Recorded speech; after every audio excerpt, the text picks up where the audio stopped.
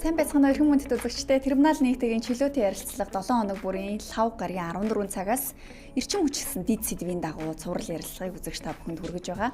За бид энэ сэдвийн хүрээнд төрөл төрлийн мэрэгчлэнүүдийг, экспертүүдийг олон мөн албаны бүх талын их сурвалжуудыг хангаж цуврал ярилцлагыг хийж байгаа.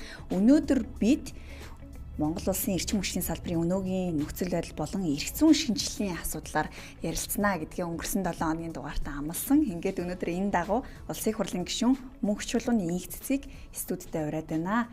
Баярлалаа танд бидний урилгыг хүлээн авч ирсэнд. За баярлалаа. Энэ нэвтрүүлэгтээ урьж оруулж агаад. За таны хувьд яг одоогийн цаг үед эрчим хүчний салбарын шинжилэлтээр буюу шинжилсэн хуулийн төсөл дээр ажиллаж байгаа. Мөн дээрээс нь маш онцлогтой нь юу вэ гэхээр өөрөө яг инженер хүн байгаа.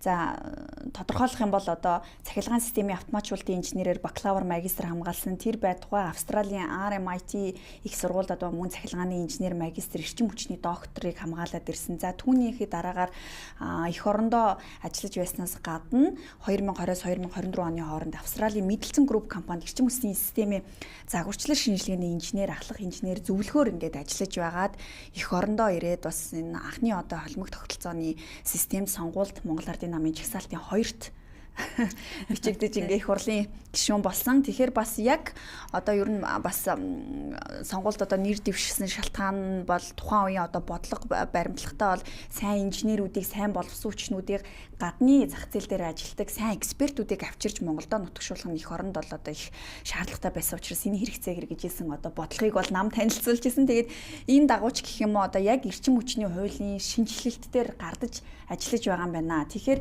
энэчнээс яриагаа эхлэе гэж бодож байна. Ер нь анхны парламент 2 чуулганы ард гарчлаа. Энэ хугацаанд хийсэн онцлог ажлууд юу вэ? Мөн өнөөдрийн гол асуудал буюу энэ эрчим хүчний салбарын өнөөгийн нөхцөл байдлыг та бүхэн юу гэж харж байна вэ? Шинжилгээг хаанаас эхлэх нь зүйтэй вэ гэсэн ерөнхий тайм асуултаар өнөөдрийн ярилцлага эхлүүлье. За баярлалаа. Тэгээд би ингээ Австрали ахлах инженер хийж байгаа ямар ч байсан Монгол Ардын намын жагсаалтын 2-т орно гэсэн юм урилгыг маш хүндэтгэлтэй хүлээж аваад ямар эрчим хүчний салбартаа ус орондоо бас өөрийнхөө сурсан мэдснээрээ хувь нэмэр оруулъя гэд юм шийдвэр гаргаад тэгээд тэнд байгаа бүх юм орхиод бол ингээд ирсэн байгаа. За тэгээд ингээ улсын хурлын гишүүн болчоод ямар ч байсан нэг юм жил хагас руу орохгүй ингээ явж байна. За тэгээд сая 24 оны улсын хурлын дараа бол анх 126 гишүүнтэй юм анхны улсын хурлын бий боллоо шүү дээ. Тэгээ энэ улсын хурл маань маш том зорилтыг бол тавьсан л да. Ер нь Монгол улсынхаа хууль эрх зүйн орчныг юм цаг үетэй нийцүүлээ, хүний эрхийг дээдэлдэг болгоё. За ер нь хоцрогдсон байдлыг арилгая гэсэн ийм 3 төгөлдөр шигээ дарга хэмжээ стратеги тавьсан. Тэгээ энэний хүрээнд бол юм 60-аад ажлын хэсэг нодлон 9 сард байгуулагдсан. Тэгээ түүний нэг ажлын хэсэг бол яг энэ эрчим хүчний шинжилтийн хүрээнд эрчим хүчний хуулиудыг шинжилдэг ажлын хэсэг. Тэгээ одоогоор бол улсын хурлын 11 гишүүн орсон ийм ажлын хэсэг. Тэгээ би энэ ажлын хэсгийг ахлаад ерөөхдөө ингээ ажиллаа явж байгаа.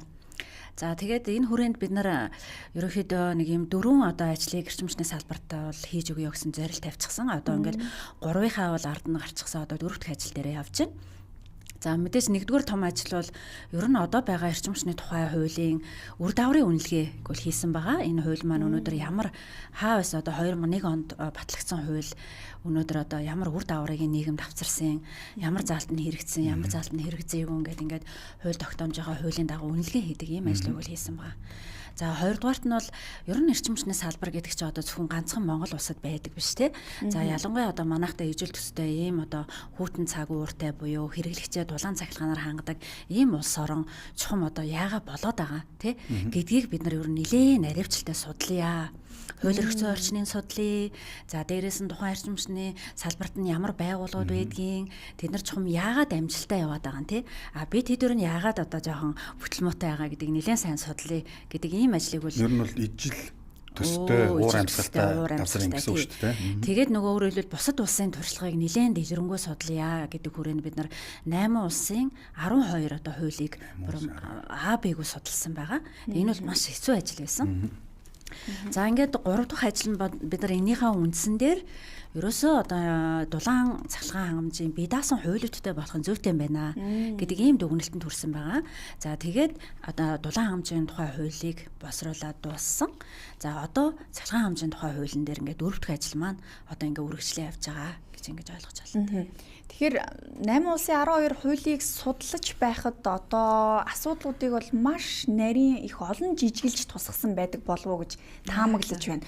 Монгол улсын хувьд бол энэ эрчим хүчний тухай хууль хит ерөнхийгээс гадна одоо тоног төхөөрөмжийн хувьд ч гэсэн хуулийн дээр буугаад альва нэгэн зохицуултыг одоо хэрэгжүүлэхэд бас учир дутагдaltaй тэдгээрийн хэмжүүр нэгж одоо орчин үеийн тэр технологийн хувьд нийцэлгүй байгаа болов уу гэж харж байна. За нөгөө талдаа бас их одоо ерөнхийлсэн хуулиуд байдаг болов уу гэж таамаглаж байна. Жишээлбэл өнгөрсөн 7 хоногт би талбтны их сурвалжтай ярилцж байхад одоо дулаан түгээлтийг хийхдээ 1-р магистрал дээрх тэр 130 градусыг бид нэр буулгах шаардлагатай гэдэг ч юм уу, дулааны тоолууртай байх шаардлагатай гэдэг ч юм уу, цаашлаа сэргийгдэх эрчим хүчний тарифыг зөв тогтоох, уламжлалт эрчим хүчтэй одоо үнийг нь бас ямар одоо харилцан уялдаа холбоотой байх уу гэх мэтчлэн маш олон зүйлүүдийг л ерөөсөө хийх нүсэр одоо ажлын бас шаардлага манай улс орнд тулгарчаад байгаа юм байна гэж харсан. Яг зөв тий. Тэгээд яг тэр үр дагаврын үнэлгээний хүрээнд бид нар бас нэлээд одоо олон ажлуудыг хийсэн л дээ. Хамгийн нэгдүгээр сая тэр нь хуулийн заалт нэг бүрээр нь үнэллээ. За хоёрдугаар одоо чухал асуудал болохоор энэ салбарт саяны таны хэлж байгаагаар хуулийн маш ерөнхий товчхон болохоор яаж юм гэхээр дулаан цахилгаан хангамжийн энэ хоёр юмыг одоо зохицуулах гээд 800 гаруй журам одоо байж штэ.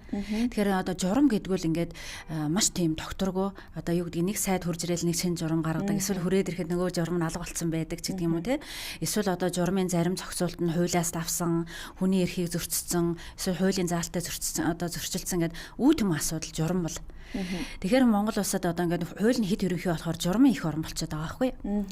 За тэгээд журмуудыг ингээд нэгдүгээр судалсан. За дараагийн нэг асуудал болохоор ер нь энэ салбарт хууль эрх зүйн болоод байгаа мó болохгүй байгаа мó гэдгийг нэг хэмждэг хэмжүүр нь юу вэ гэхээр энэ салбарын оролцогч таалууд ер нь хүндрэл бэрхшээлтэй хэрэг тулгардгийг тий. Өөрөөр хэлбэл одоо гомдол маргаан хэрэг гардгийг, шүүх цагдаагийн кейсүүд хэрэг гардгийг. Тэгээ хуулийн дээр ямар зохицуулт хийсэн бол энэ кейсүүд гарахгүй байх ёстой юм бэ гэдгийг судалдаг нь угаасаа олон улсын туршлага юм байна. Тэгэхээр энийг бид нар бас ингээд нэлээд наривчлалтай судалсан байгаа. За түүний дараа ер нь зохицуулагдаагүй харилцаа энэ эрчим хүчний салбарт байна уу? Тэгэхээр ялангуяа дулаан тал дээр бол маш их байгаа. Тэгэхээр зохицуулагдаагүй харилцаа гэж юугаа хэлээд байгаа гэхээр ер нь хууль гэдэг бол одоо хоёр хүн харилцаж байгаа бол энэ харилцааны хэмжээг л цагаан дээр хараар буулгахыг хууль гэдэг байгаа. Гэтэл жишээ нь дулаан талдаа жишээ нэг одоо суманд байгаа нэг уурын зовх гэдэг бол нэг одоо оролцогч тал тий. Тэрнтэй харилцаж байгаа орон нутгийн удирдлага, тэрнтэй харилцаж байгаа хэрэглэгч нөгөө оролцогч тал. Гэтэл энэ хоёрын хоорондын харилцааг хүртэл одоо журмаар зохицуулаагүй, хуулиар зохицуулаагүй гэд. Ингээд ер нь бол дулаан талдаа эрчим хүчний салбарт бол ер нь зохицуулагаа харилцаа маш их байдаг юм байна гэсэн ийм юм дүртэр харагдчихсан. За тэгээд ингээд бид нар ер нь эрчим хүчний тухай хуулийг ингээд яагаад шинжлэх шаардлагатай юм бэ? Шаардлагатай гэдэг айгүй олон хүмүүс ер нь шинжлэх шаардлага байгаа мó эн чи одоо сайн хууль штэ гэл ингээл ярьж байгаа л да. Тэгээ мэдээж айгүй олон шалтгаан байгаад байгаа. За нэгдүгээр асуудал бол мэдээж одоо хаа байсан 2001 оны хууль байгаа байхгүй юу? Тэгээд 15 удаа л одоо өөрчлөлт оруулсан. Одоо зөвхөн өөрчлөлт. За тэгээд тухайн хуулийн 53% нь өөрчлөгдсөн. Ер нь одоо ингээд цаашаа бол тодорхой хэмжээний өөрчлөлт оруулах боломжгүй бүр шинжлэх шаардлага бий болчихж байгаа гэсэн үг. Хоёрдугаарт нь хаа байсан одоо 2001 оны хууль өнөөдрийн харилцааг одоо 24 жилийн дараах харилцааг үр дүнтэй зохицуулна гэдэг нь угаасаа хэрэгэлцээтэй шүү дээ. За дараагийн нэг юм уйл нь болохоор эрчим хүчний салбарт одоо амьдралаа сургаа цаг үетэй уйлдаад маш олон шинэ харилцаа бий болсон. Гэтэл хаа байсан тэр 2001 оны хуулийн дээр энэ шинэ харилцааг зохицуулсан юм шүү юу ч аахгүй. Тэгээ би та бүхнийг ганцхан жишээ хэлье. Жишээ нь одоо нэг сүүлийн үед нэг ийм юу байгаа даа шүү дээ. Айлууд нарны панел агиох тавьж байгаа дээвэр дээрээ. Тэгээд нэг өөрийнхөө хэрэглээг хангаад илүүдэл цахилгаанаа шүлжээ рүү одоо борлуулах тийм үйл ажиллагаа агиох явагдах гэдэг шүү дээ одоо. Гэтэл энэ талаар одоо харилцааг зохицуулсан бүр нэг ширхэгч үг өгүүлбэр манай хуулийн дээр байхгүй. Яаж зохицуулна гэсэн. Дээрээс нь яг хоо энийг бол журмаар л зохицуулж байгаа. Тэгээ нөгөө журам нь болохоор ингээд нэг тийм сайн биш учраас саяны одоо би юу бол ерөөсөө хөгжихгүй байгаа л гэсэн. Хоёрдугаарт нь одоо байгаа энэ 2001 оны хуулиар түгээх компани биш үү? Зөвхөн хин нэгэнд цахилгаан зарна л буюу нэг чиглэлтэй. Хизээч одоо нэг айлаас нэг юм цахилгаан хөдлөж авах гэсэн тийм эрх хуулийнхаа өрөө нэгдэг байхгүй юу? Тийм. Тэгэхээр өөрөөр хэлбэл ингээд хоцрогдсон хууль байна, хэд ерөнхий хууль байна, орчин үеийн харилцааг зохицуулж чадахгүй байна. За тэгэл дулаан талдаа одоо зохицуулаагүй харилцаа маш их байгаа юм байна. За тэгээ хамгийн одоо бас чухал юм нь ш дараа одоо байгаа хуулийн 36% нь зөвхөн тусгай зөвшөөрлийн тухай. Тэгээ тусгай зөвшөөрөл гэдэг нэг юм цаас ялангуяа хүмүүсийн маш их шүүмжлэлтийг дагуулдаг шээ тий. Тасралтгүй тусгай зөвшөөрөл нэхээд байна гэдэг. Тэгэд л одоо байгаа хуулийн бүхэл бүтэн бараг 40% нь ганцхан тусгай зөвшөөрлийн тухай гэдэг чинь асуудал байгаа зү тий. Тэгээ ерөөсөө энэ эрчим хүчний салбарт ингээд хөрөнгө оруулалт яагаад татчих чадахгүй байгаа.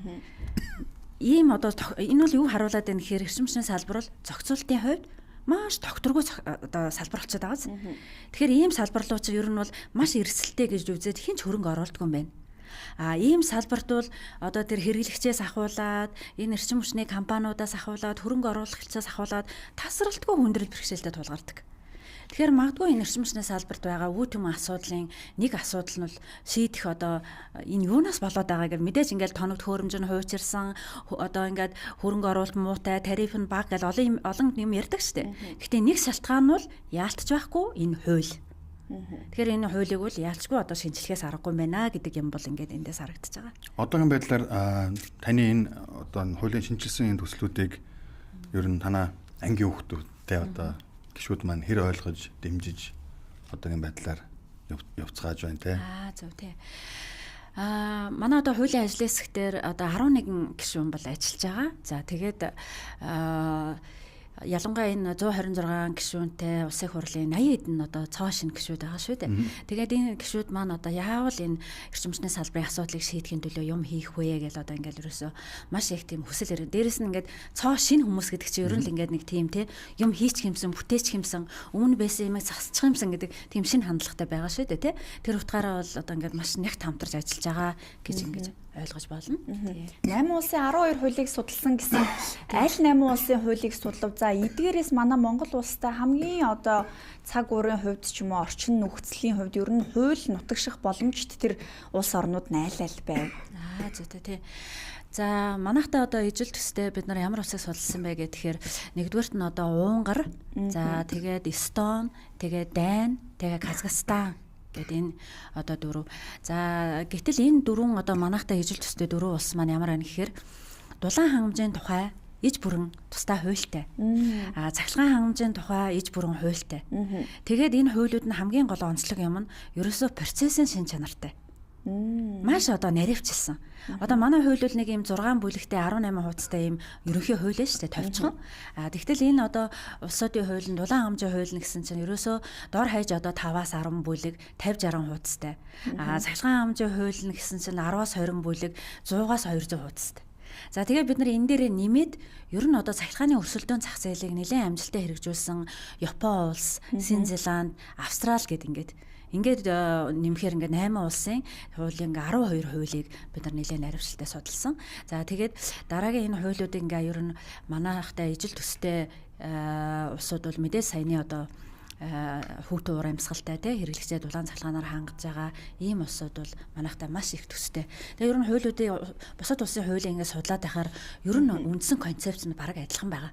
Одоо дулаан хангамж талдаа бол ер нь бараг адилхан. Цахилгаан хангамж талдаа бол яг ямар зах зээлийг хэрэгжилж байгаа гэдгээс болоод баг зэрэг ялгаатай. Тийм л байгаа л да. Тийм. Тэгээ манайх чинь нэг жоохон өөр гэх юм уу да.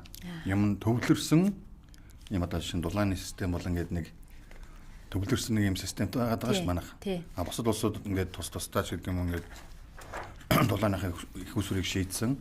Эсвэл нэг газ арч гэдэг юм уу те янз янзын юмнууд байгаа бах. Тэгэхээр та хэдийн манд туршлагаас одоо яг манайх дээжлэгийн юм одоо нэг centralized heating system буюу одоо энэ яг төвлөрсөн одоо дулааны системтэй орнууд бид нар бас те ямархуу байдлаар энэ асуудлуудыг бас шийдсэн одоо орчин үе болгож юм хуулиудаа өөрчилсөн байт юм байна.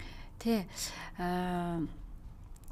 Ерөнхийдөө яг энэ одоо сүүлийн үед бол одоо манайх бол ингээд төвлөрсөн дулаан хангамжтай байгаад байна шүү дээ. Гэхдээ яг ер нь бол аюул сайн ойлгох хэрэгтэй л дээ. Юу гэхээр энэ төвлөрсөн буюу дулаан цахилгааныг хослон үйлдвэрлэдэг энэ том станцаас үйлдвэрлэж явж байгаа энэ байна шүү дээ, тий. Энэ бол хамгийн одоо хямд дулааныг үйлдвэрлэдэг их усэр. Тийм. Яг тэгвэл цахилгааныг үйлдвэрлэж явах явцдаа гарсан тэр уур, тэр халуун усыг шүү дээ дулаанд ашиглаж байгаа байхгүй юу.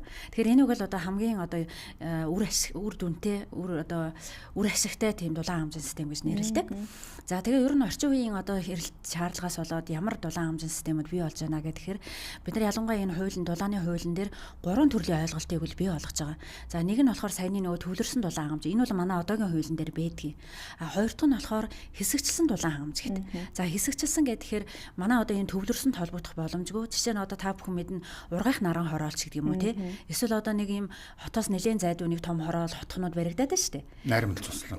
Найрамдал цусан ч гэдэг юм уу те. Энэ тохиолдолд бол ингээд тэрүүхэн хавьдаа нэг хэсэгчлсэн байдлаар дулааны шийдэх гэдэг шүү дээ. За энэ бол ингээд хэсэгчлсэн одоогийн хуулийн дээр байхгүй. Гэхдээ бид нар шинээр ойлголт оруулж ирж байгаа. За дараагийн ойлголт болохоор бие даасан гэж. За бие даасан гэдгээ яг юу гэж хэлж байгаа гэхээр та магадгүй зөвхөн өөрийнхөө гэр зориулаад эсвэл одоо зөвхөн өөрийнхөө үйлдвэр зориулаад одоо ингээд өөрийнхөө амиг барай явж байгаа бол энийг л бие даасан гэж зөвхөн хувийнх л таних л гэсэн үг л дээ. Тэгээд ийм 3 ойлголтыг бол манай оруулж ирж байгаа сая дулааны хуулиараа. Тэгээд хамгийн гол чухал юм нь саяны тэр хэсэгчилсэн бие даасан гэдэг дээр бидний энэ хуулиар ерөөсө төр битгий оролцоо гэж байгаа. Төр. Одоогийн хуулиар болохоор яах вэ гэхээр төр тасралтгүй оролцдог. Тэр хүчин чадлаас нь хамаараа та одоо ингээд тэзүүгээ хийлгээ, тэрийг яамаараа батлуулаа, эрчим хүчний яамаараа батлуул, тусгай зөвшөөрөл ав, тарийг батлуул гэд зүгээр өөрийнхөө үйлдвэр зориулаад юм бариад ингээд өөрийгөө хангах гадаах чинь хүртэл оролцоод байдаг аахгүй юу? Бусад улсад бол ингэж оролцдоггүй юм байна. Аль болох ингээд та тэргөө өөрийнхөө хөрөнгийг гаргаад өөрөө технологио сонгоо явж байгаа тохиолдолд гэд. Тэгэхээр энэ бол бид нар энэ хуулиараа аль болох төрийн оролцоог багасгая. Аль болох одоо хувийн хвшлийн оролцоог нэмэгдүүлье. Тэгэх юм бол одоо энэ дулаанаар хангаж чадахгүй байгаа олон асуудлыг хувийн хвшлийнхэн бас хангаа явах тэр одоо орчин бий болгож өгье гэсэн ийм зохицуултуудыг л оруулж гисэн байгаа. Бусад улсад гэсэн ерөнхийдөө сүүлийн үед бол ялангуяа энэ тархмал саяныхаа бол бас тархмал гэж бодлоготой бий даасан тий. Тэгэхээр энэ рүү бол их явж байна. Ялангуяа дайн улс бол дулаан хангамж талдаа бол ер нь нэлээд одоо дэлхийд тэргүүлэгч. Тэгэхээр дулаан хангамж технологийн хувьд бол одоо ийм байна. Технологийн хувьд бол маш олон хүмүүс та бүхэн бидэндээ ингээ аймгийн төвүүдэд очихоор маш олон уурын зовход бүр. Одоо ялангуяа өвөр хангаа, баян хонгор шиг юм аймагт очихоор бүр ингээд Улаанбаатараас илүү утаатай гэм билээ. Тэгээ тэр үл бүр ингээ маш олон уурын зовхтой. Тэгвэл манай энэ бидний дулааны хуулиар юу оруулж өгч байгаа гэхээр цаашдаа ерөөсөө хамгийн одоо байгаль орчинд ээлтэй, үр ашигтай тийм л одоо дулаан хамжийн их усрыг барина. Тэрээсээ ч одоо баахан ийм уурын зовхуудыг янданд одоо тийм хэсэгчсэн гэдгээр сургууль дотор байрна. Нэг дотор байранд хэдэн яндан байна гэлээ тийм. Тэгэхээр энэ дээр нөгөө салбар хоорондын ч юм уу хуулиудын уялдаа холбооны асуудал их чухал байх л та. Жишээлбэл одоо улсын төсвөр баригдаж байгаа төсөвт тусгагдаад батлагдаад ороод ирсэн байгаа барилга дээр дулаан хангамж, эрчим хүчний хангамжийг шийдэхдээ заавал энэ стандартаар шийднэ гэсэн тийм шинжилсэн бас заалтууд тусгагдж байгаа юу? Яг тийм. Дулаан хангамжийн одоо бидний нэлээд наривсан зохицуулалтын хуулийн дээр нэг юм нь ерөөсөө тэр яг стандарт техник технологийн шаардлагууд гэдэг бүлэг бусад бүх улс төр байдаг юм байна. Тэгэхээр манайх бас яг тэрийг ингэж оруулж өгч байгаа. Өөрөөр хэлбэл төрөөс бол шаардлагаа л тавь. Та ийм одоо шаардлага хангасан, ийм одоо байгаль орчинд ээлтэй үр ашигтай ийм технологиг л суйрлуулаарай гэдэг шаардлагаа л тавиал. Тэгээд тэрийг л хангаж байвал тухайн хүн өөрөө юм хийгээ явах бүрэн боломжтой. Тэгээд төрөөл зөвхөн тэрэн дээр нь л хяналт тавьдаг. Тийм л байх хэрэгтэй гэж хэлж байна. Эрчим хүчний реформ гэж өнгөрсөн жилээс их яригдж байна. Энэ үгийг дагаад хамгийн их олонний анхаарлыг татж байгаа асуудал бол тарифын асуудал байгаа тийм ээ.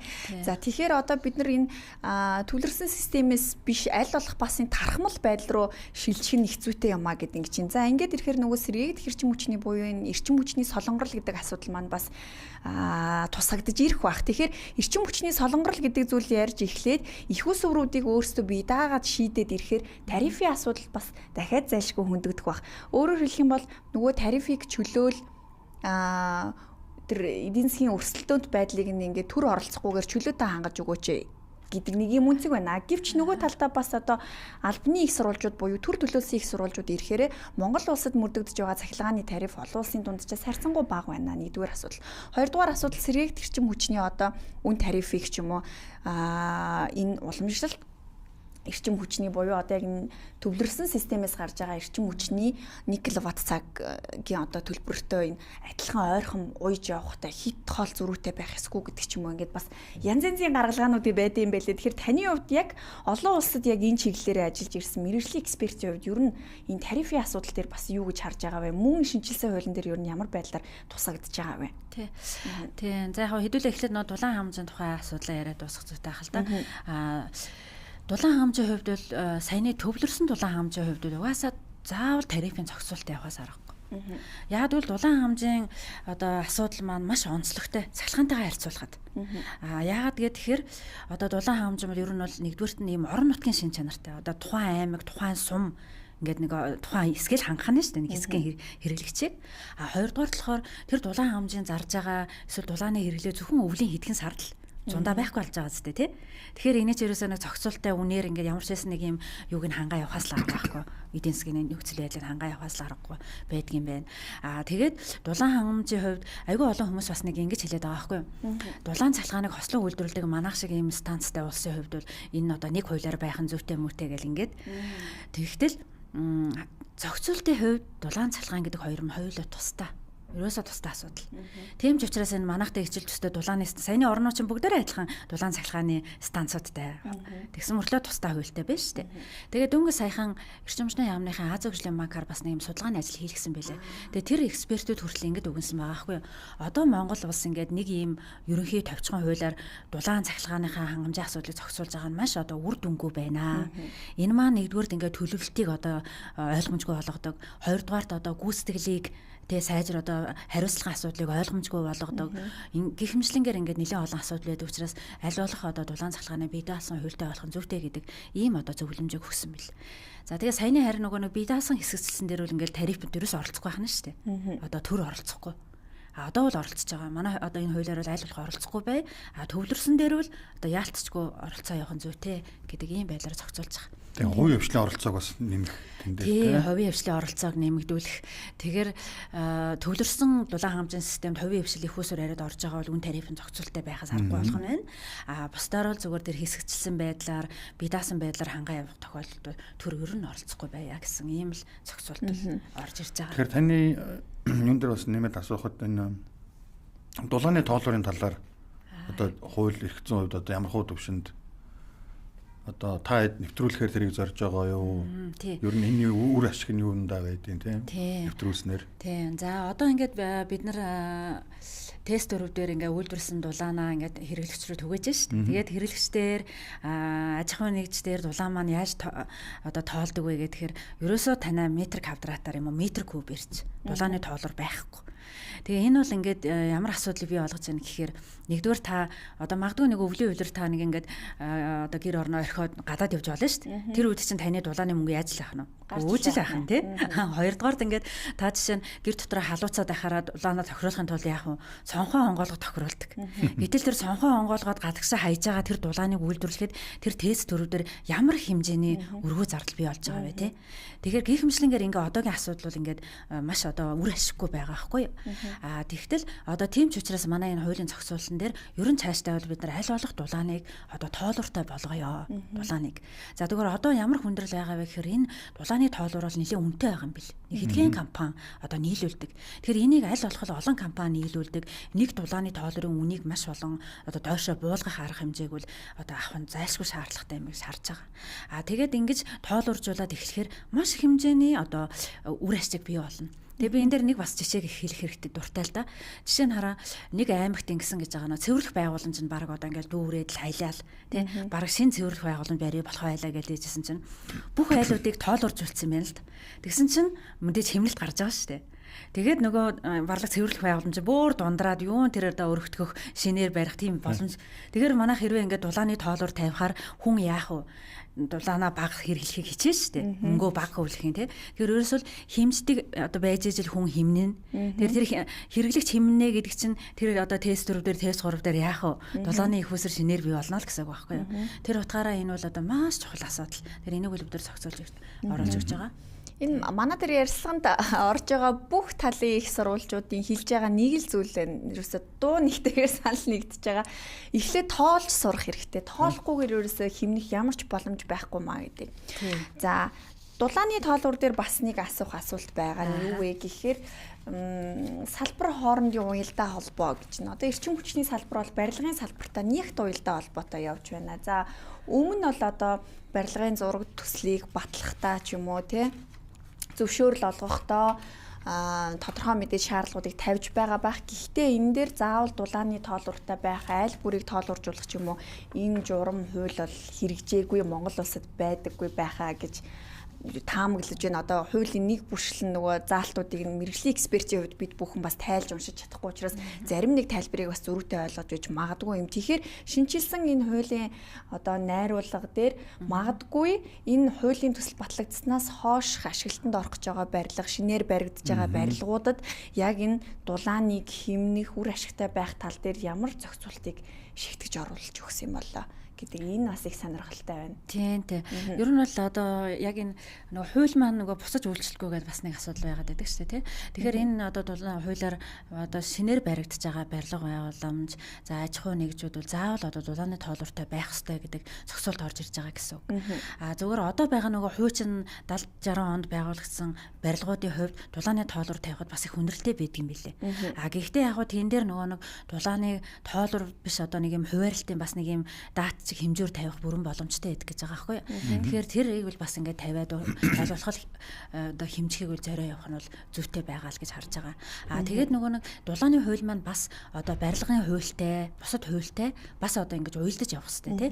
Барилгын хууль дээр болохоор ингээд дулааны тоолуур тавихгүй айл гэдэг ч байдаг юм эсвэл одоо тий. Тэгэхээр нөгөө уйлдуулах асуудыг бол бас бид бүхэн бусад хуультай уйлдуулах асуудыг бол дулаан хамгаалалт талдаа бас сайн байхгүй бол бас тэгэл яг тийм. Одоо барилгаад улаасан байх. Барилгын стандарт дээр бол зөндөө олон нэмэлт бас шаардлагууд үүсгэнэ гэж харж байна шүү дээ. Одоо Монголын нөхцөлд ийм боломж хэр байдаг юм болоо? Ямар боломж вэ гэхээр магадгүй бид ингээд Японд очиод Солонгост очиод ингэхлээр гараад явах үедээ дулаанаа унтраачдаг. Усанд орохоос өмнө 2 минутын өмнө халаангууд халуун усанд орчоод буцаад унтраачдаг тий. Тэгвэл Монгол дээр одоо ерөн сүүлийн үед баригдаж байгаа энэ апартментууд дээр энэ системийг шинээр суйрлуулах ч юм уу айл бүр дээр магадгүй сонголтоор хийх боломж юу байдгийг бол энэ хийхэд их төвөгтэй систем үү? Нутагших боломж байгаа болов уу? Тий. Яг нь сүүлийн үеийн ер нь бол барилгууд бол нэлээд ийм одоо эрчим хүчний хэмнэлт гэдэг чинь одоо хэрэглэгчд боломж олгож байна гэсэн үг шүү дээ. Тэгэхээр тийм одоо дулааны тоолууртай яаж л одоо нөгөө паран дээр нь тохируулахтай тийм одоо технологиуд бол маш их орж ирж байгаа. Тэрийг яг одоо аль биесны олгоод ингээ хуулийн дээр суугаад өгөхөөр энэ маань бүр ингээд заавал гэсэн одоо ийм шаардлага орж ирж байгаа гэсэн үг байхгүй юу? Одоо бол ингээд яг сайн дураараа л ингээд бол хэмнэлттэй барилга ингээ яваад байна шүү дээ, тий. Одоо цаашдаа бол хуулийн дээр заавал одоо ийм тохируулахтай бай, дулааны тоолууртай бай гэд ингээд заагаад өгчгөөр энэ маань ингээд цаашаа бол бүх шинээр орж ирж байгаа барилга байгууламжийн хувьд бол тийм болно л гэсэн үг.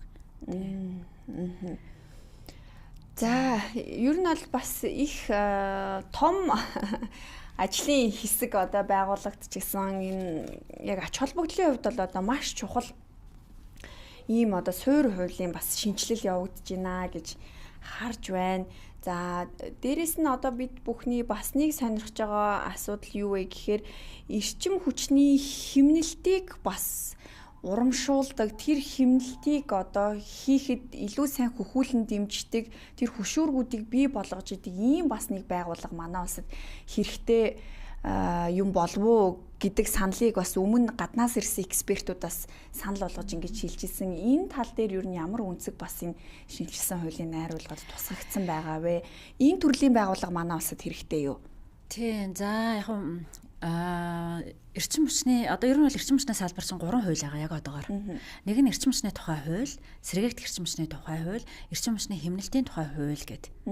За тэгээд бид нар бол яг одоогоор бол энэ эрчим хүчний тухай хууль, сэргээгт эрчим хүчний тухай хуулийг одоо ингээд дулаан цалхаан хамжийн тухай тусдаа хууль болгож байгаа гэсэн. Тэгээ яг сэргээгт эрчим хүчний тухай хуулийг байхгүй болгож байгаа вэ гэхээр одоо бид нар сэргээгт эрчим хүчээр дулаанаа чангаж байна. Цахилгаанаа чангаж байна. За дулааны хувьд ингээд тэр одоо хийн насоос гэ байж байна. Газрын гүний дулаан байна. За дээрэс нь нарны панел одоо энэ тэрээр ингээд дулаанаа хангаад яалтчгүй дулаан бол одоо сэргээхтэр хангаж байгаа учраас дулааны хууль дээр нэг бүлэг болоод ороод ирж байгаа гэсэн. Тэгээд цалгааны хуулийн дээр ч гэсэн бас адилхан нэг бүлэг болоод орж ирж байгаа гэсэн. Ингэснээрээ одоо тэр хуулийн уялдаа холбоо сайжраад ингээ өөрөөр хэлбэл тэр одоо 2007 онд батлагдсан сэргээгтийн хууль маань одоо яг ингээд орчин үетэйгээ уялдаад шинжлэгдээд дараагийн шатанд ороо явж байгаа гэсэн үг. Хэмнэлтийн тухай хуулийн дээр бол яг одоогор бол бид нар одоо шинжлэх юун дээр бол ажиллаагүй гэж ойлгож болно. За яагаад вэ гэхээр яг одоо бол яг хэмнэлтийн тухай хуулийн дээр бол эрчим хүчний зохицуулах газар гэж байдаг шүү дээ, тий. Тэр байгууллага дээр бол ингээ бүхэл бүтэн нэг одоо хилтэс зөвхөн энэ хэмнэлтийг хариуцаад одоо явдаг. Тэгээ тэрнийхээ хүрээнд бол хэмнэлтийнхаа бодлогыг хэрэгжүүлээ ингээ явж байгаа. Хороон дээр гэсэн үг шүү. Эрчим хүчний зохицуулах хороон дээр.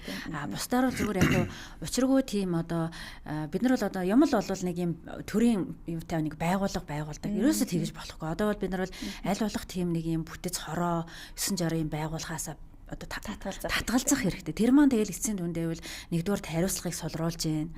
Хоёрдугаар болохоор тэр чинь яг хуулийн хүрээндөө тий. Гуравдугаар болохоор ер нь бол бид нар ингээд тэрний ард чинь зардлал явна шүү дээ. Нэг хүн ажилласан зардал, 2 3 хүн ажилласан зардал шүү дээ. Тэгэхээр бол аль болох энийг хуулийн хүрээнд ямар байгууллага хариуцсан гэдг нь тэр байгууллага нь хариуцсан явж байгаа зүйтэй. Тэгэхээр би бол тийм хариуцсан тустай байгууллага байгуулах гэдэг дээр л нэг санал нийлдэггүй гэж олдож байна. Тий. Олон улсад манайх олон улсын конвенцийн нэгдснээр бид нар олон улсад бас үүрэг хүлээж байгаа тий. Одоо жишээ нь хүлэмжийн хийг бууруулах Парисын хилцээр байна гэх мэт одоо сэргээгчийн мөчөө бид нар хэдэн он гэхэд хэдэн он хүргэсэн байх хэвээр. Гэл одоо бид нар ингээл энэ дулааны их үүсвэр одоо ингээл одоо ингээд одоо юу гэдэг уламжлалт нөгөө нүүрсэн түлшид одоо станцууд нэмэгдээд цаа ингээд ашиглалтанд ороод байдаг. Нөгөө талдаа нөгөө сэргээгч эрчим хүчний харьцаан дахиад доошлох гээд байдаг те. Тэгэхээр та бүхний энэ шинжилсэн энэ найруулган дээр одоо тэр бидний одоо хөлөмжийн хийг бууруулах тэр үүргийн хүрээнд одоо эрчим хүчнийхээ энэ одоо энэ бодлогыг хуулийг ингэ шинжилснээр ямар үр дагавар авчирна, ямар үр дүнд хүрнэ ч гэдэг юм уу те. Тэмхүү төлөвлөж яасан зүйлүүд бий юу? Зүйтэй. Сая би нэг хэлээ ингээд сэргээгтийн хувьд дулаан хангамж талдаа ч гэсэн ингээд одоо ялангуяа тархмал их үүсрийн хувьд бол нэлээд боломжтой болж байгаа. Саяны дээр одоо хэсэгчилсэн, бие даасан гэдэг дээр одоо хэрэглэгч өөрийнхөө үр ашгийг тооцоолоод үзээд тий хөрөнгө оруулалтаач хүртэл хэдэн он яаж нөхөх үү гэдгийг тооцоолоод одоо ямар төрлийн технологи сонгох вэ, сэргээгтгийг сонгох уу, эсвэл одоо уурын зуух ер нь бол тавихыг бараг л хорж байгаа гэсэн үг шүү дээ. Тэгэхээр тэр маань ингээд нэгдэж өгч байгаа гэсэн өөрөөр хэлбэл цаашдаа бол одоо энэ сэргээгт эрчим хүчний хөрөнгө оруулалтыг бол энэ хууль бол нэлээд одоо дэмжих тал руугаа явж явнаа л гэсэн үг. Хоёрдугаар яг манай эрчим хүчний салбарын хувьд бол яг энэ одоо хариуцлагынхаа хүрээнд эрчим хүчний одоо сэргээгт эрчим хүчний нэвтрүүлтийн төвшинг 30 он гэхэд 30% төрөгнэ гэсэн ийм л зорилттой байгаа. Одоо болохоор нэг 18.6% байдгийг. Тэгвэл яг зүгээр зарим хүмүүс болохоор ингэж байгаа байхгүй одоо бараг л 100% сэргээгдэх одоо бараг л хамгийн мараа сэргээгдэхэр ханганаа боломжтой одоо бараг л маш хэмжээний хөрөнгө оруулалт татах гээд байна. Энэ тэрэгэл ингээл энэ бол яг зөвхөн Монгол улсын хувьд бас яг энэ төвийн эрчим хүчний системийн хувьд бас нэг тийм бүрэн боломжтой асуудал биш юм байна. Яагаад биш вэ гэхээр манай систем өөрөө айгүй маш сул систем байхгүй юу? Сул. Тэгэхээр сул гэдэг нь юу гэсэн үг вэ гэхээр нэг юм хүмүүс нэг докторжилт гэдээ ярьдаг шүү дээ, тий? Өөрөөр ингээд бие даагаад ганцаараа ажиллах чадвартай систем үү гэдээ хариулна шүү дээ. Гэтэл манай систем бол бие даагаад ингээд ажиллах одоо чадваргүй систем байхгүй юу? Өөрөөр хэлбэл одоо ингээд нэг юм системд болж байгаа савлалтыг тохируулдаг тийм их усэр байхгүй. Томоохон усан станц байхгүй. За нэг 2 батарей орж ирлээ. Нэг 2 батарей нэг жоохон тохируулж байгаа. Бусдаар бол тийм тохируулгын юм ерөөсөө байхгүй. Манай тохируулгыг хийж байгаа ганц холболт юу вэ гэж?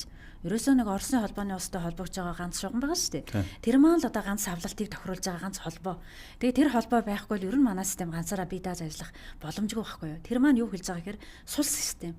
Тэгэхээр ийм сул системийн хувьд тэр сэргээгтгийг их хэмжээгээр шингээх чадвар байхгүй. Тэр нэг 30 он дүүрсэн бас тий.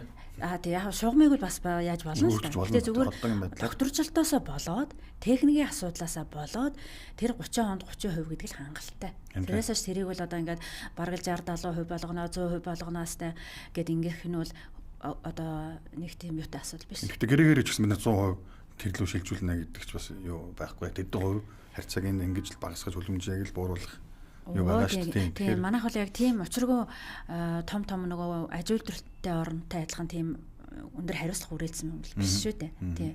Зүгээр яг дэлхийн зах зээл дээр сэргээгдэхин их усрын хувьд хөрөнгө оруулалт их олдож байна.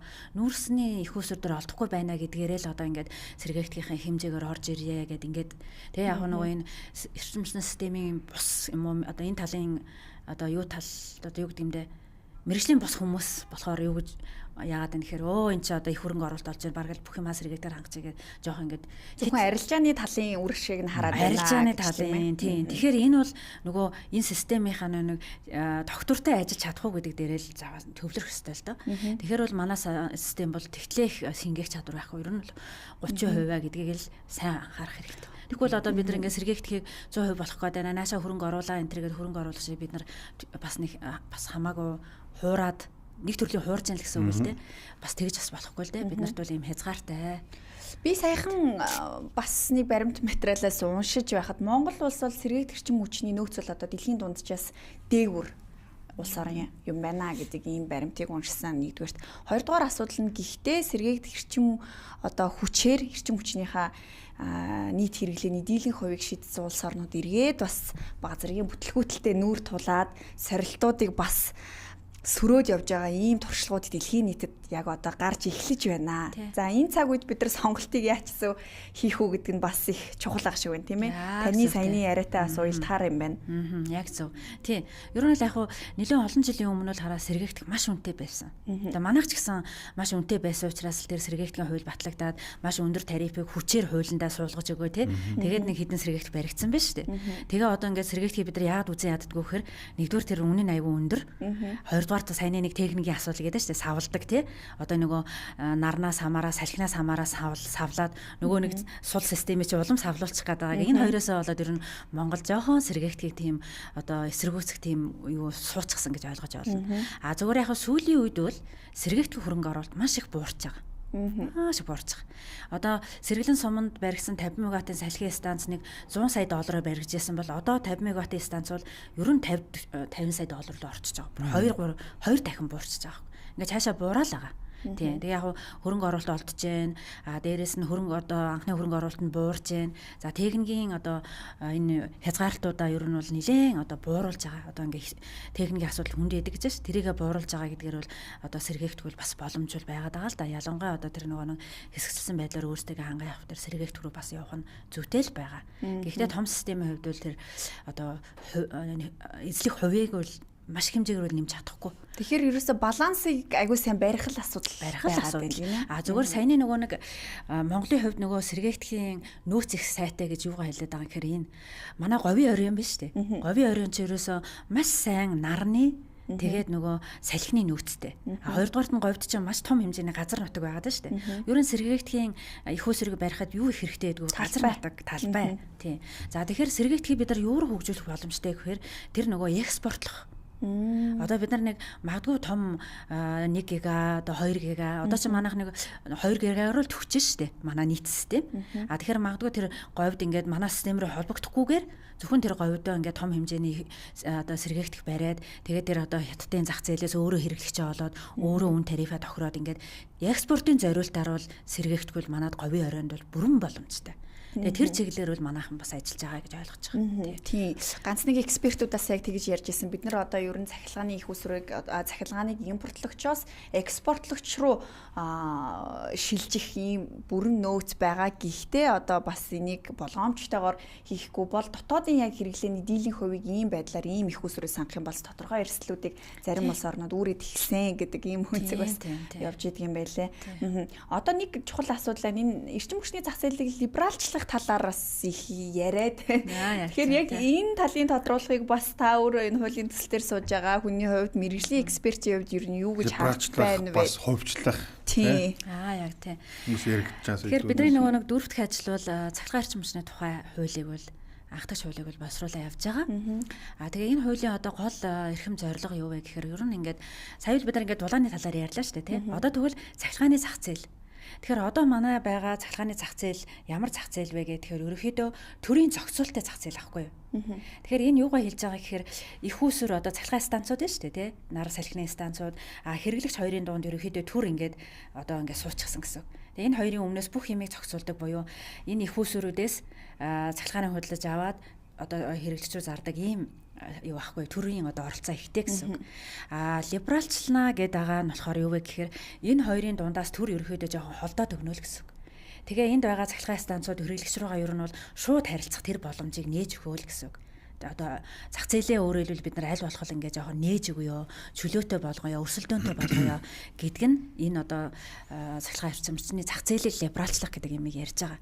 Тэгэхээр яг одоо би одоо нэг юм ингээд ажиглаад байгаа хгүй хүмүүс ингээд нөгөө эрчим хүчнийг либералчлах гэхээр ингээд ерөөсөө маш их буруу яриад байгаа. Буруу.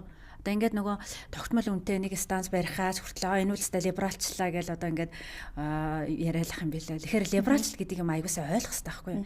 Бид нар бол зах зээлээ загвараа одоо болохоор чи ингээд би тэгээ та хэдэд бас нэг юм харуулах гэсэн энэ. Тэгэхээр энэ одоо Монгол улс ганцаараа шар байгаад байна уу? Тэ? Гэтэл нэг улаан байгаад байна уу? Нэг хэдэн тэ? За улаан бол нэг Африкийн хэдэн улс байгаа. Тэгэхээр энэ болохоор нөгөө бид нар нэг 2001 онд бид нар нөгөө босоо байсан. Одоо юм төвлөрсөн байсан байхгүй 2001 онд дэлхийн бараг бүх улс орон эрчим хүчний салбар нь ингээд төвлөрсөн байсан. Тэгэнгүүт тэр нэг 2090 оны үед яасан гэхээр бүх улс орон тэр төвлөрлийг задлаад хэвтэй болгосон юм. Хэвтэй болгоод олон компаниуд болгосон байхгүй юу? Нөгөө цахилгаан станцуудыг бие даасан компаниуд болгоод дамжуулах шүлжээ, түвээ шүлжээ гэдэг ийм болгосон юм. Тэгээд амханда тэр реформыг манай улс яасан гэхээр тэр задал юу хийсэн хэрнээ цаашаа үргэлжлүүлээгүй 24 жил болсон байхгүй. 2001 онд хийгээл тэгэл мартцсан гэж ер нь баг хэлж олно. Тэгсэн мөртлөө ингээд маш олон компаниуд гарч ирсэн мөртлөө удирдлага нь одоогор ингээд босоо хിവэрэл байгаа. Өөрөөр хэл тэр улаанаар дүрсэлсэн улстайгаа бараг л адилхан шаваагаад байгаа. Тэгвэл яг манай хөрхийн ингээд нэг юм жоохон анхны реформ хийсэн гэдгээр нэг шарттай.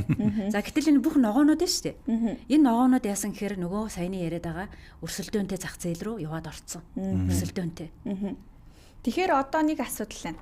Өрсөлдөөнд зах зээл рүү шилжихдээ урьдч суурь судалгаа, боловсруулалт, нутагшуултын одоо тэр боломжит байдлыг бас суурийг нь бол хуулийн зохицуулалтаар сайн тавьж өгөх шаардлагатай байх. Тэгэхээр энэ дээр нөгөө зах зээлийн үнэлгээ гэдэг зүйл мөлүүд ингээд яригадаад эхлэх байх л та. Тий.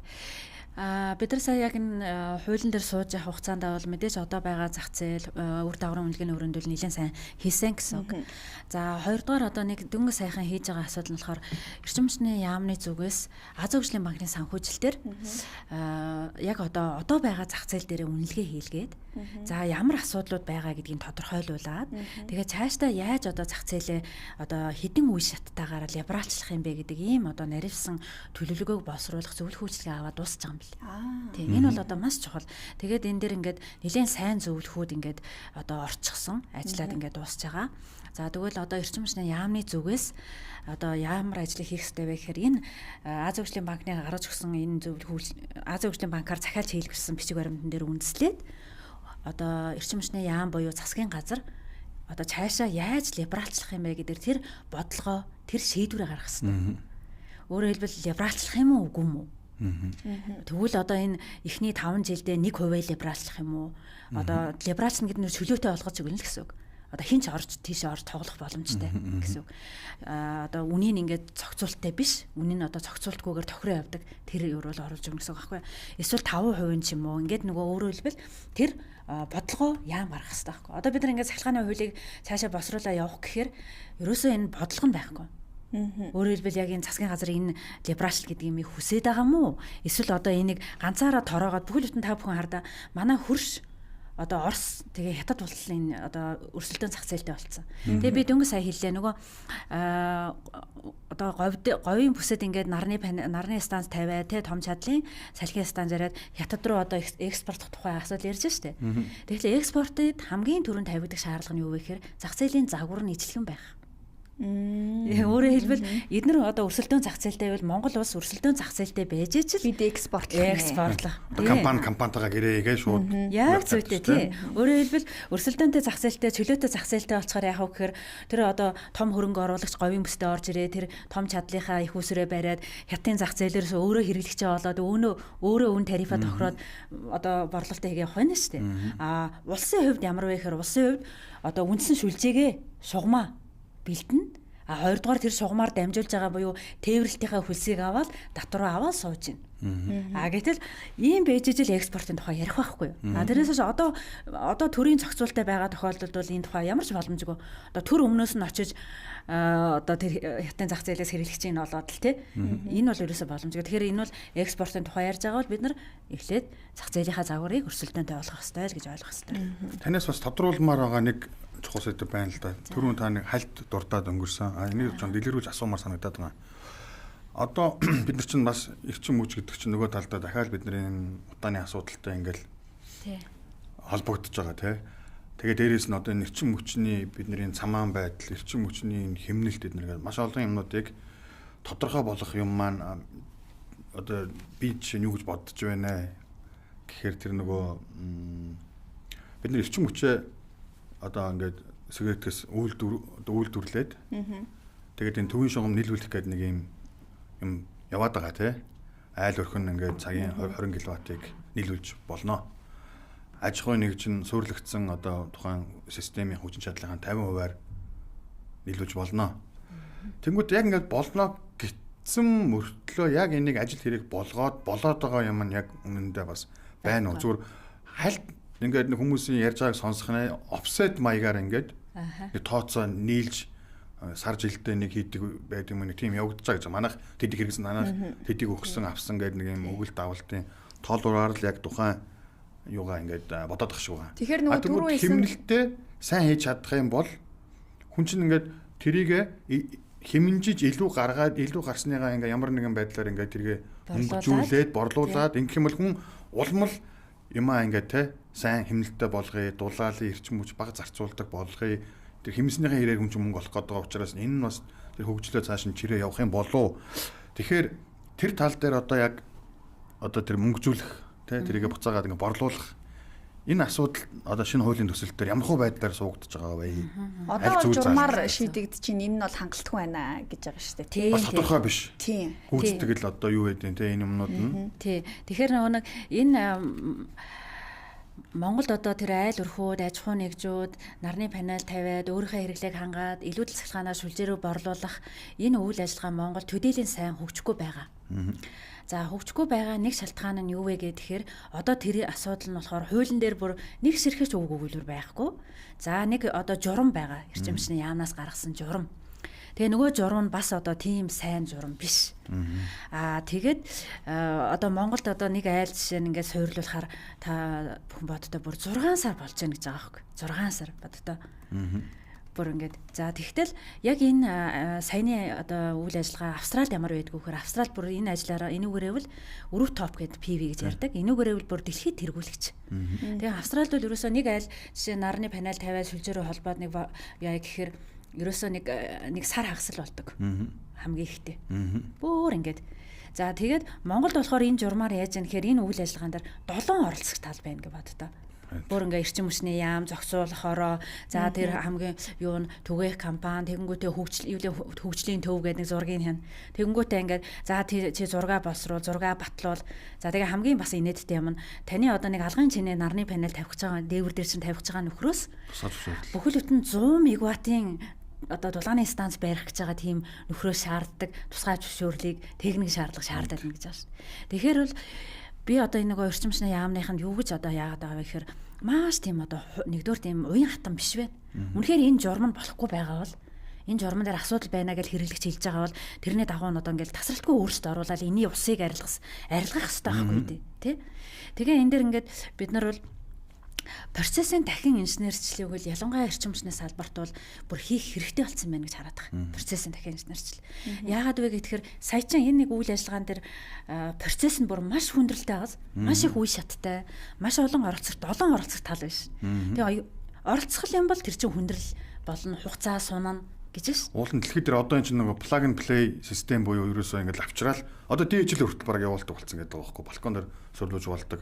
Тэр амар тийм техникийн юу биш. Бүх юм бэлэн болгоод plug in буюу ингээд залгаал ингээд тавьчих. Тэгээ дээрээс нь энэ батарей энэ storage-уд хямдарсан байгаад байдаг тий. Яг дээр үед нөгөө хэлэхэд тасана дээр үед мэдээж батарейны систем амар өндөр үнэтэй учраас ерөөдөө тэр өндөр үнэтэй нарныхаа толиудыг тавиад нартай үед ингээд ашиглаад ингээд төвийн шугамн руу нийлүүлнэ гэдэг юм эсвэл өөрснөө хэрэглэн гэдэг юм асуудал байжгаад одоо айл болгон одоо тэр нөгөө багнуур тавигдсан нөгөө батарейны систем байгаа шүү дээ. Тэр шиг байх боломж бас нэгдчихэж байгаа байхгүй. Одоо айл болгон 20 кВт 40 кВт батарейтай байхыг тийм үнэтэй биш болцсон бас нөгөө талдаа. Тэгэхээр нөгөө яг оргил цагаар бас нөгөө ачаалтыг хуваалцахын тулд тэр хүмүүс нь өдөржингөө шийдсэн хэрвээ үнэхээр хэмнэлттэй байшин байх юм бол нэг тийм амар хэрэглээ бол байхгүй. Тэгээд тэр батарейнд хөрөмтлөгснаа бас ингээд төвийн хэрвээ оргил цагийн үед үн тарифа бас одоо гоё тавьчвал бас тэр үеэр нь тэр батарейнаас аваад нийлүүлчих юм бол бид нэр оргил цаавыг ингээд маш олон их үүсвэрээс ингээд бас смартаар юу яж боломж байгаа болов гэж бас хараад байна. Боломж байгаа зүгээр. Тэгээд одоо энэ нэгдүгээр журам нь айгүй болохгүй байгаа юм байна.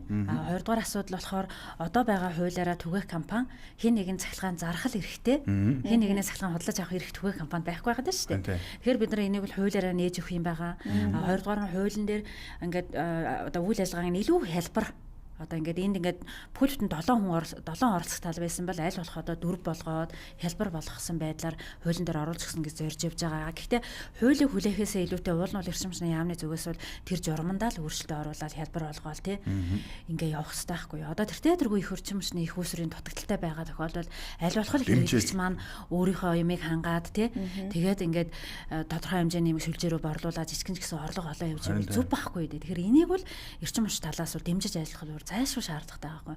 Одоогоор л төдийлөн дэмжиж ажиллаж чадахгүй байгаа. Тийм ч учраас хэрэглэгч энэ дээр бол маш шүүмжлэлтэй хандж байгаа. Зүгээр нөгөө апгрейд буюу шүлжээрөө зарахгүй байдлаар бол ер нь бол хэвээр маш их хийж байгаа. Одоо тэгээ нодлонгийн тэр нөгөө цалгааны тариф өссөнтэй холбоотой. За дээрэс нь бас цахилгаан шиг өвөлдөө ингээд тасраад байна шүү дээ. Тэрнтэй холбоотой ер нь хүмүүс ингээд ерөөсөө энэ нар батарейг чинь тавья гэдэг апгрейд байдлаар бол ер нь бол хэвээр маш их тавигдчихж байгаа. Одоо сүүлийн үед хэд хэдэн одоо барсмаач харсан багтай нөгөө хашаага нарны төлөөр хийсэн. Ягаад гэвэл хашаа байрснаас нарны төлөөр хийсэн илүү хямдхан. Яг зөв тий. Тэгээд нөгөө нэг Улаанбаатарт нэг одоо хамгийн том асуудал чинь ерөөсөө энэ агаарын бохирдол байгаа шүү дээ. Агаарын бохирдол. Тэгтэл энэ агаарын бохирдлыг одоо шийдэх хамгийн гол чухал бас нэг арга нь бол ерөөсөө энэ нарны панел батарей байхгүй юу. Тэгээ яг өмнө нь бол яг манад нэг юм байсан байлаа. За Улаанбаатар нүнэ тэр нар нь байгаа ч юм уу. Одоо үнэхээр тэр айлыг яндангаас нь салгаж чадах луу гэсэн эргэлзээ байсан. За гэтэл яасан бэ гэхээр нэгдсэн үндэсний байгууллага за тэгээ Францын засгийн газар за нийслэл энэ төр хамтраад одоо 67 айл дээр одоо 3 жилээс өмнөөс ахуулаад одоо Улаанбаатар хотод шүү дээ. Бүр ингээд яг айл өрхийг нарны панелаар дулааны асуудлыг шийдээд яндангаас нь салгацсан. Би бүр нодлын яг өвөл тийм айлууд дээр ингээд очсон. Тэгээд тэр айл бол ерөөсөө сайхан гадна талдаа хашаан дотроо нэг жижигхэн панел тавьчихсан. Гэр дотроо нэг халаагуур тавьсан, батарей тавьсан. Тэгээд тэр айл бол цэвэрхэн, маш цэвэрхэн. Тэгээд шүнжэнгөө дулаахан. Тэгээд өдрийн цагаар бол мэдээж нар нь ингээ хангачиж байгаа, тодорхой хэмжээний батарейгаа хангачиж байгаа. Дээрээс нь тэр халаагуур нь өөрөө ингээ нөгөө тодорхой хэмжээний дулаанаа барьдаг. Дотроо нөөцлөртэй. Тэгээ ингээ бүр маш тухтай. Тэр одоо хуучин нүүрсээр хангадаг байхад бол тэр гэр нь ингээл бүр хар утаа байсан гэнэ гадна тал нь хашаа. Тэгэхээр чиний эрүүл мэндийн хэмнэлт гарч जैन тий шөндөө даарахгүй байна ингээд.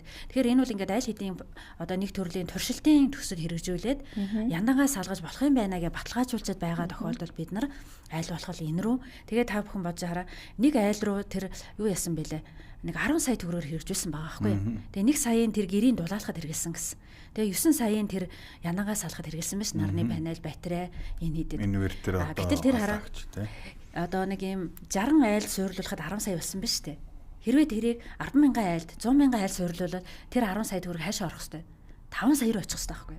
Өөрөөр хэлбэл олон л айл суурлуулж ивэл нэг панелийн худалдан авалт нэг батарейны худалдан авалт чинь доошоо орж байгаа шүү дээ. Тэгэхээр энийг ийм мега байдлаар шийдэх юм бол юун тэр одоо юу лээ хятадаас нүүр судалж аваа зарах марах. Тэгээ би бол тэгээ дээрэс нь магадгүй тэр хүмүүс чинь ингээд илүүдлээ зундаа ч юм уу шүлжээрөө борлуулж болно шүү дээ. Тэгэхээр хамгийн одоо төгс шийдэл бол дулаалгын асуудал Хоёрдугаарх нь бол сэргээгт хэрчим бичээр яндангаас салгаж болно. Одоо тэрийг яавал нэг айл дээр тэр 5 сая руу оруулах вэ гэдэг дээр толгой ажиллуулах хэрэгтэй байхгүй. Олон айл дээр хэрэгжүүл 5 сая руу орно. Тэр нэг кейс байсан шүү дээ. Яг адилхан саяны ярьдаг кейсээ сонсож байхад тэр яндан буулгасан чинь ямар үр дугаар бас гарсан бэ гэсэн чинь хүүхдүүдийн суралга нь ирс сайжирсан байна.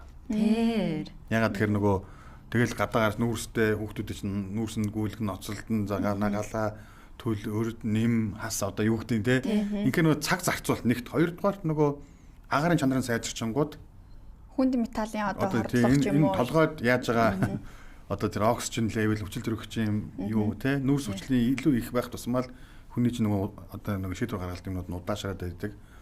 Тэгэхээр тийм бас сайн үр дангууд гарсан гэж би бас дуулж ирсэн тэр яндаг буулгаснаар. Тэгэхээр энэ чинь өөрөө том зургаараа Монгол улсын хөгжил хойч үе ийм байх юм бол те. Яг зөв те. Хүүхдийн сурлага сайжирч байна. Хүүхэд ханаа том уу хөрөхгүй байна. Цэвэрхэн орчинд амьдарч байна. Тэгээ би тэр нодлон нэг айлд очиход тэр айл нэг ийм хөгжлийн бэрхшээлтэй хүүхдээ байгаа байхгүй юу. Тэнгүүд одоо нүүрс төлдөг байхад маш хэцүү байсан гэж байгаа байхгүй юу. Шөнөө дараал. Дээрээс нь одоо бол би бол ингээд хүүхдээ сайхан цэвэрхэн орчинд орхио явцдаг.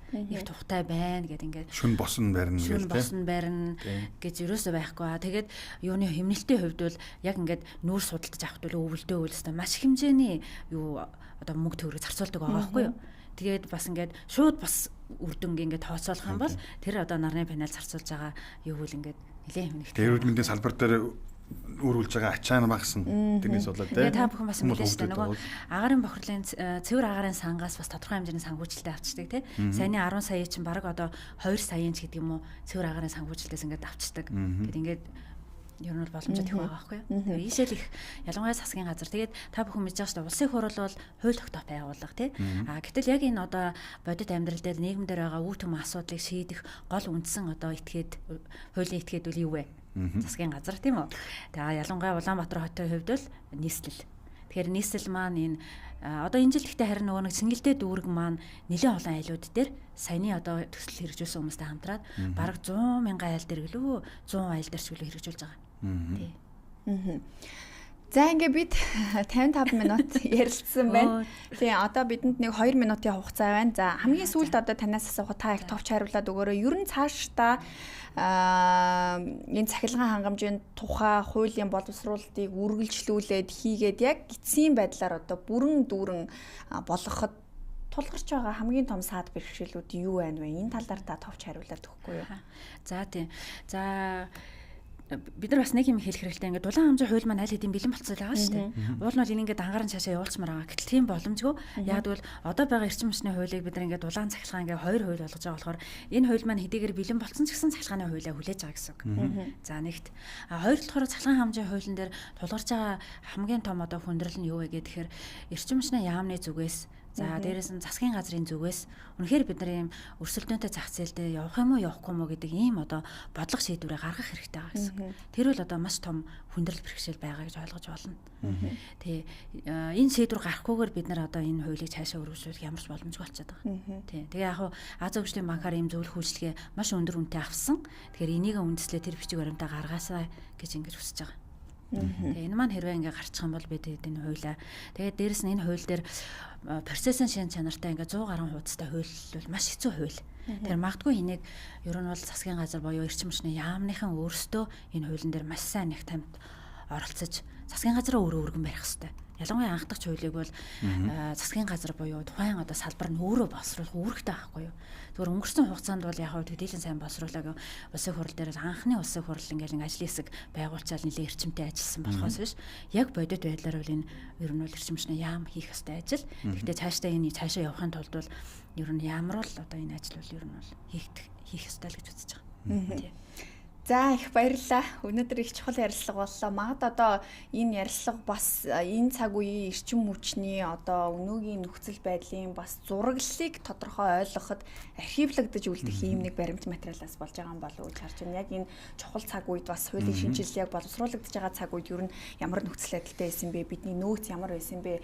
Ер нь хийх гэж байгаа зорж исэн ажил юу байсан бэ гэдгийг бас өнөөдөр үлдэж байгаа нэг чухал ач холбогдолтой байна. Бүтээсэ гэж дотроо ингээд залбираад байж гин бас. Тэгээ яг зүгээр нөгөө хөрөнгө оруулалт улсын төсвийн талаар бас эрчимч тал дээр бол нэлээд бас дутагдaltaй байгаа. Ялангуяа эрчимчний салбар чинь ингээд маш олон асуудалтай байгаа даа шүү дээ. Ингээд ялангуяа тоног төхөөрөмж нь бүр ингээд маш насжил өндөртэй болсон. Тэгээд эхнээсээ одоо ингээд дэлбэрж гэмтээж бас хэцүү байна шүү дээ. Тэгээд эрчимчний салбарын нэг онцлог болохоор ерөөсөө тэр асуудлаа ингээд нийгэмд гаргаж одоо юу гэдгийг төр засагтаа дуулгаж ярьдгүү. Ингээд даруухан инженер хүмүүс ер нь тийм байдаг аахгүй. Энээсээ болоод ингээ ерөөсө хөрөнгө оруулалтч татдаггүй нэг ийм дүлийдүн байдалтай болгондоо аргаландаа бараг л одоо урд хоримоогоо авч хойд хоримоогоо нөхсөн байдлаар явсаар хагаад тэгэхээр ингээд энэ түмэн асуудал бүр одоо бол ингээ бараг маш хүн байдал руу орж эхэлж байгаа аахгүй. Бүр ингээд хамгийн юм тултал нь ашиглаад дуусчих. Нөхөх газар болтойгоо. Нөхөх газар байхгүй. Гэтэл ийшээвэл хөрөнгө оруулалт оруулж ижил энд үе түмэн асуудлыг шийдэн шүү дээ. Гэтэл хөрөнгө оруулалт юу юм бэ гэхээр нэгдүгээр улсын төсөв. Тийм үү? Гэтэл улсын төсвөөс эрчимчний салбарт тест үндсэндээ юу ч тавьдгүй гэж хэлж болно. Нодлон нэг 200 тэрбум байсан. Тэгээ эрчимчний салбар нь боловсролын салбар нь бүр ингээд 500 600 тэрбум. Замын салбар нь бараг нодлон 3 их найд байсан. Энэ жил нь болохоор анх төсөө орж ирэхдээ эрчимчний салбар дээр нэг 300 тэрбум, боловсролын соёлын салбар нь бараг 500 тэрбум, замын салбар нь бүр 1 их найд. Тэгээ өөрөөр хэлбэл эрчимчний салбарт ерөөсөө мөнгө төгрөг зарцуулахгүй. Тэгтэл усан төсвийг боловсруулахад ард түмнээс асуусан ш та бүхэн мэдж байгаа тий засгийн газар. Тэгээд ард түмэн 3 юм л хэлсэн шүү дээ. Нэгдүгээр боловсролдоо зарцуулаач, эрүүл мэндэд 3 дугаар эрчим хүч. Эхлэнгээ эрчим хүчиндээ зарцуулахгүй. За тэгээ сая улсын хурал дээр төсөв орж ирээд яасан бэ гэхээр нөгөө эрчим хүчний салбараасаа дахиад 30 тэрбумыг хассан. Тэгээ энэ дээр бол би одоо маш их сөмжилтэй хандж байгаа л да. Тэгээ яг үнэхээр нэг эмчнэрийн цалин, багш нарын цалин нэмэх асуудал шаардлага үүссэн. Тэгээд тэр хүрээндээ ингээд энэ хассан бол бас өөр хэрэг тий.